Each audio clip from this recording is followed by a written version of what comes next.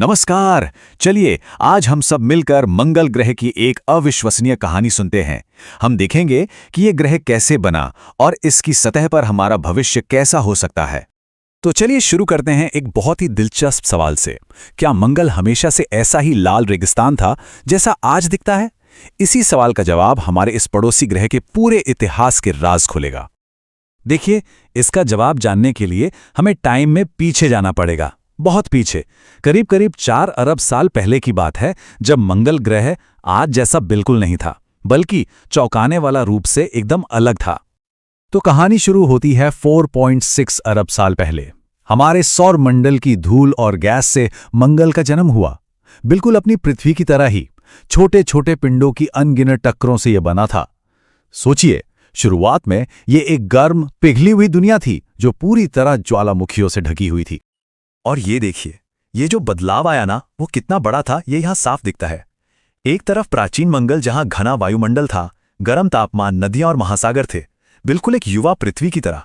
और दूसरी तरफ है आज का मंगल, ठंडा, बंजर, रेगिस्तानी। अब सवाल ये है कि हम ये सब इतनी यकीन से कैसे कह सकते हैं? ये सिर्फ कोई थ्योरी नहीं है, इसके सबूत मंगल की जमीन पर ही लिखे हैं। हमारे रोवर्स ने वहां सूखी नदी घाटियां, पानी से बने पत्थर और यहां तक कि बर्फ के बड़े बड़े जमाव भी खोजे हैं। तो फिर सबसे बड़ा सवाल सामने आता है कि आखिर वो सारा पानी गया कहां? अगर मंगल कभी एक नीली दुनिया थी, तो आखिर ऐसा क्या हुआ कि वो आज के इस लाल रेगिस्तान में तब्दील हो गया? असल में ये एक बहुत ही विनाशकारी चेन रिएक्शन था जो लाखों सालों तक चला। हुआ ये कि सबसे पहले ग्रह की जो सुरक्षा कवच थी, यानी उसकी मैग्नेटिक फील्ड, वो कमजोर पड़ गई। इसके बिना सूरज से आने वाली तेज हवाओं ने मंगल के घने वायुमंडल को उड़ा दिया, और एक बार वायुमंडल गया तो ग्रह ठंडा हो गया और सतह का सारा पानी या तो ध्रुवों पर जम गया या फिर हमेशा के लिए अंतरिक्ष में खो गया। तो इस खोई हुई दुनिया से निकलकर अब बात करते हैं आज के मंगल की। एक ऐसी दुनिया जो अपनी जगह पर बेहद खूबसूरत और हैरान कर देने वाली है। इसे लाल ग्रह क्यों कहते हैं ये तो सब जानते हैं। इसका कारण बहुत ही सिंपल है। इसकी मिट्टी और चट्टानों में आयरन ऑक्साइड मतलब कि जंग बहुत ज्यादा है। हम कह सकते हैं कि इसकी पूरी सतह पर ही जंग लगा हुआ है। और यहाँ पर हमारे सौर मंडल का सबसे बड़ा ज्वालामुखी भी है, ओलंपस मॉन्स। इसकी ऊंचाई जानते हैं कितनी है? 22 किलोमीटर। ये माउंट एवरेस्ट से भी लगभग 3 गुना ज्यादा ऊंचा है। जरा सोचिए कितना विशाल होगा ये। यही नहीं, यहाँ वेलस मैरिनेरिस भी है। ये घाटियों का एक इतना बड़ा सिस्टम है कि ये 4000 किलोमीटर तक फैला है।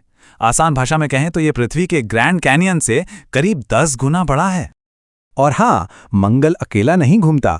इसके 2 छोटे छोटे चांद भी हैं जिनका नाम है फोबोस और डीमोस। क्योंकि इसका अतीत पृथ्वी से इतना मिलता जुलता था, एक सवाल वैज्ञानिकों को हमेशा परेशान करता है, क्या मंगल पर कभी जीवन था? और इसी सवाल ने इसे विज्ञान की सबसे दिलचस्प खोजों में से एक बना दिया है। देखिए, अभी तक कोई पक्का सबूत तो नहीं मिला है, लेकिन हमारे रोवर्स ने कुछ बहुत ही दिलचस्प सुराग जरूर खोजे हैं। जैसे उन्हें प्राचीन पानी के पक्के निशान मिले हैं, ऑर्गेनिक मॉलिक्यूल्स मिले हैं जो जीवन की बुनियाद होते हैं, और तो और वायुमंडल में मीथेन गैस का भी पता चला है। ये सब इशारे हैं कि शायद कभी वहां छोटे मोटे जीवों का बसेरा रहा हो। और मंगल तक पहुंचने की हमारी ये कोशिश कोई आज की नहीं है। ये एक बहुत लंबा सफर है। इसमें शुरुआती नाकामी भी मिली और फिर हैरान कर देने वाली कामयाबी भी। सोवियत संघ से लेकर नासा और भारत के मंगलयान तक दुनिया के कई देशों ने मिलकर इस ग्रह के बारे में हमारी समझ को बढ़ाया है। तो अब आते हैं भविष्य पर। अब हम इंसान सिर्फ मंगल पर जाने के सपने नहीं देख रहे, बल्कि वहां बसने के बारे में सोच रहे हैं। तो सवाल है, क्या यह हमारा अगला घर बन सकता है? और ये अब कोई साइंस फिक्शन की बात नहीं रही। नासा और स्पेसएक्स जैसी कंपनियां सच में इंसानों को मंगल पर भेजने की तैयारी कर रही हैं, और उनका लक्ष्य है 2030 या 2040 का दशक, मतलब बहुत दूर नहीं है। एलॉन मस्क जैसे लोग तो इससे भी एक कदम आगे की सोचते हैं। उनका विजन सिर्फ वहां जाकर वापस आना नहीं है, बल्कि मंगल पर एक पूरी की पूरी आत्मनिर्भर कॉलोनी बनाना है। एक ऐसा शहर जहां आगे चलकर लाखों लोग रह सकें।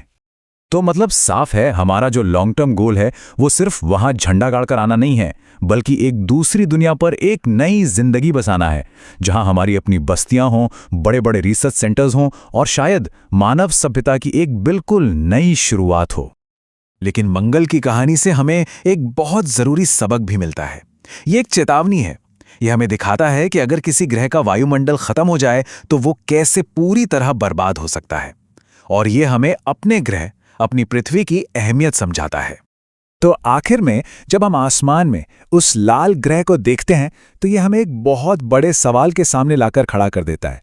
क्या मंगल हमारा भविष्य है, हमारा अगला घर, या फिर ये हमारे लिए एक चेतावनी है कि अगर हमने अपनी पृथ्वी का ख्याल नहीं रखा तो हमारा अंजाम भी कुछ ऐसा ही हो सकता है।